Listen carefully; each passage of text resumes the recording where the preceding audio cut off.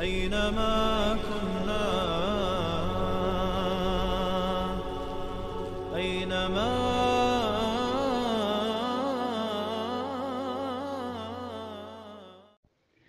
بسم الله والحمد لله والصلاة والسلام على رسول الله.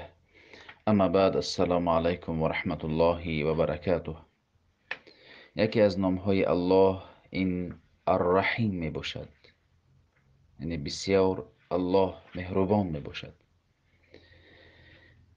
رحیم یکی از نامهای الله می باشد.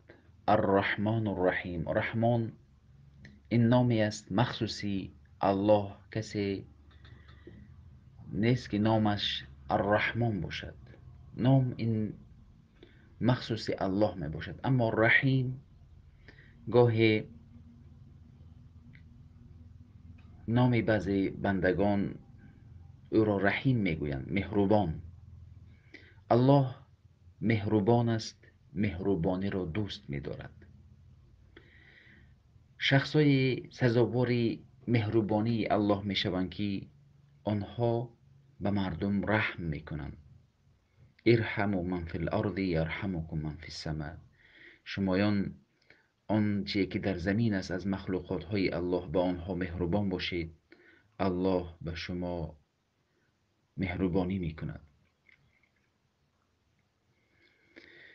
برای همین حدیث وارد شده است که در بنی اسرائیل یک زنی بود، زنی زیناگر.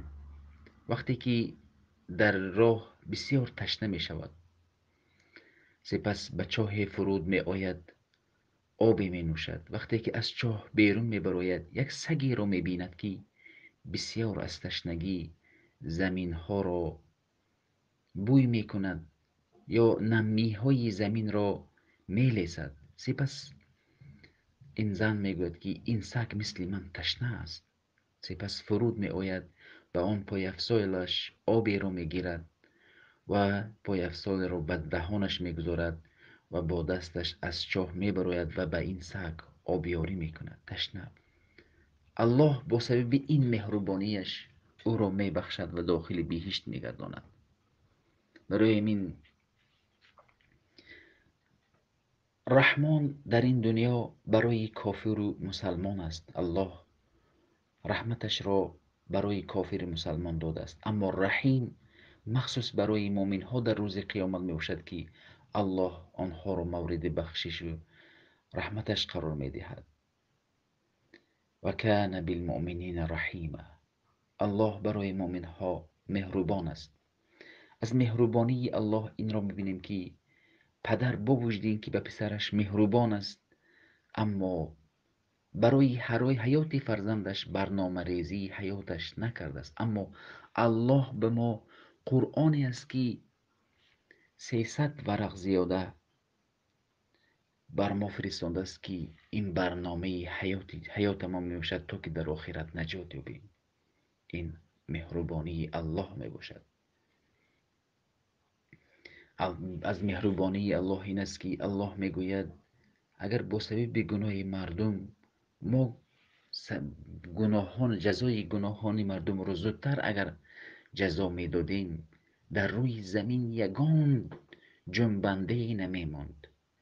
لیکن الله میگوید من ذو رحمتم هستم که آن با آنها مهلت میدهم تا که توبه بکنند. الله رحیم است. ما در قرآن در نمازها میگویم که اللهم اغفر لی وارحمنی و عافینی و جبرنی. ما را مورد بخشش و رحمتت قرار بده. برای این ایوب علیه السلام چند سال بیمار شدن، سپس گفتن یا ارحم الراحمین انی مسنی الضر و انت ارحم الراحمین. بار الها گفتن بر من مصیبت بیماری سخت رسید و تو مهربان ترین می باشی. حتی الله مهربان است. وقتی که ما بیمار می شویم، باز مهربانی الله این است که گناه های ما رو می بخشد و درجه ما رو بالا می بردارد. الله چیزی را من نکرده است برای اینکه به ما ضرر دارد، از مهربانی الله می باشد. الرحیم، الله مهربان است، برای همین بر ما آن چیزی که من کرده است ضرر دارد، اینه که از مهربانی الله می باشد. برای این کی است سزاواری رحمت الله؟ همان شخصایی که مهربان می باشند. این بود شرح مختصری الرحیم. السلام علیکم و رحمت الله و برکاته.